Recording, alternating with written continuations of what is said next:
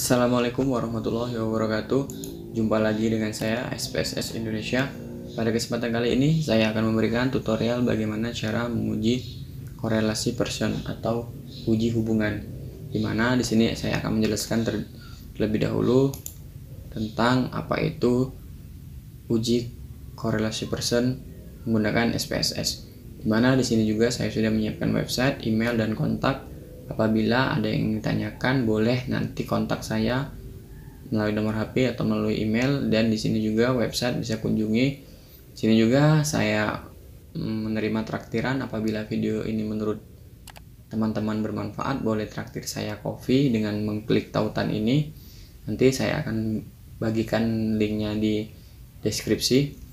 Dimana langsung saja, mungkin di sini saya akan memberikan contoh kasus, yaitu hubungan kepuasan kerja terhadap kinerja pada PT Nuswantara. Kita akan mencari tahu apakah ini terdapat hubungan antara kepuasan kerja terhadap kinerja ini. Nah, dimana korelasi person itu yaitu adalah suatu bentuk rumus yang digunakan untuk mencari hubungan antara dua variabel, yaitu variabel bebas atau independent variable dan variabel terikat atau dependent variable. Kemudian di mana umumnya variabel bebas diberi notasi X dan variabel terikat diberi notasi Y. Kemudian hasilnya dapat bersifat positif maupun negatif. Nah, dasar pengambilan keputusannya yaitu di sini kita akan melihat pada nilai signifikansi. Jika nilai signifikansi lebih kecil dari 0,05 maka terdapat hubungan. Sebaliknya, jika nilai signifikansi lebih besar dari 0,05 maka tidak terdapat hubungan. Kemudian di sini juga ada pedoman untuk melihat hubungan nilai person correlation, di mana ketika nanti angka pada person correlation-nya berada pada rate 0,00 sampai 1,1199, dia dalam kategori sangat rendah. Kemudian kalau dia 0,20 sampai 0,399 dia rendah. Kemudian kalau dia 0,40 sampai 0,599 dia sedang. Kemudian untuk 0,60 sampai 0,799 dia dalam kategori kuat. Dan apabila dia berada pada kategori 0,80 sampai 1,00 dia berada pada kategori sangat kuat. Ini menurut Sugiono 2010.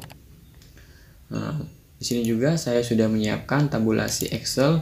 Ini tabulasi Excel dengan jumlah responden sebanyak 46.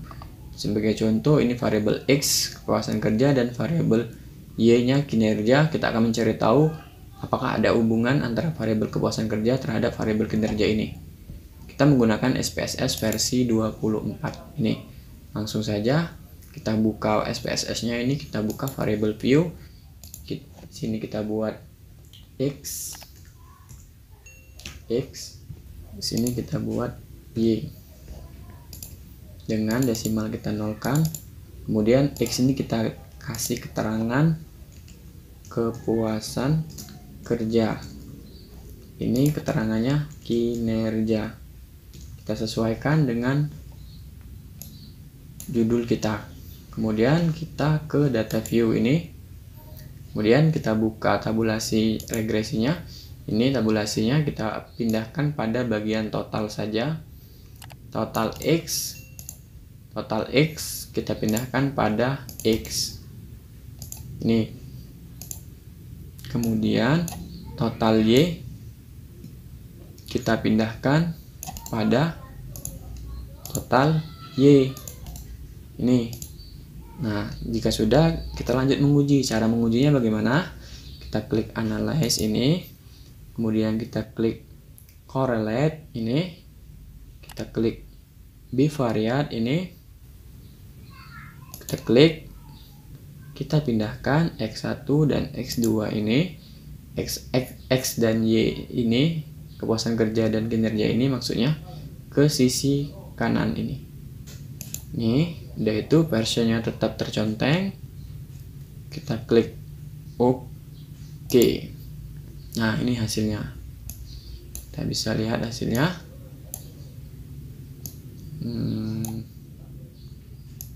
Ini hasilnya, dimana Pearson correlation-nya ini pada kinerjanya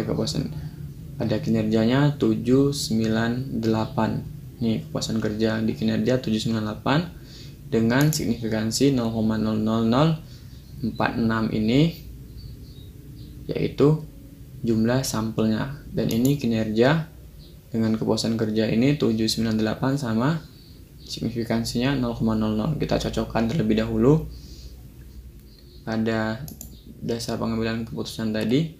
Kita perhatikan, jika nilai signifikansi lebih kecil dari 0,05 maka terdapat hubungan. Kita lihat dia 0,000, jadi lebih kecil dari 0,05. Ini terdapat hubungan, berarti antara kepuasan kerja terhadap kinerja. Seberapa besar hubungannya? Kita bisa lihat pada pedoman untuk melihat hubungannya, dia sebesar 798. Ini 79,8, atau kita lihat di sini dia masuk dalam kategori ini. 799 ini 0,60 sampai 0,799. Ini kategori kuat. Jadi hubungannya antara kepuasan kerja terhadap kinerja yaitu berhubungan kuat. Bisa disimpulkan kuat. Istilahnya itu semakin puas karyawan bekerja dengan didukung oleh pemenuhan kebutuhannya berupa gaji, insentif, dan sebagainya, maka kinerjanya akan semakin meningkat. Itu maknanya. Sedangkan sisanya ini sebesar 29, berapa persen ini dipengaruhi variabel lain yang tidak terdapat dalam penelitian ini. Nah, kemudian di sini juga ada contoh kasus, misalnya jika signifikansi tepat di angka 0,05 ini signifikansinya, maka kita bisa membandingkan Pearson correlation ini menggunakan R-table. Jika dia lebih besar dari R-table, maka dia terdapat hubungan. Sedangkan jika dia lebih kecil dari R-table, maka dia tidak terdapat hubungan. Nah, untuk cara mencari R-table-nya dengan melihat DF N dikurang 2, di mana N-nya 46 dikurang 2, yaitu 44. Kita bisa lihat N pada 44. Saya sudah menyiapkan tabel ini ya. Ini DF-nya. DF2 ini kita bisa lihat 0,05 pada nomor 44. Nah, ini 0,290. Nah, 0,290 ini didapatkan dari sini. Nah, jadi kita bandingkan nilai 0,290 ini dengan nilai Pearson correlation-nya.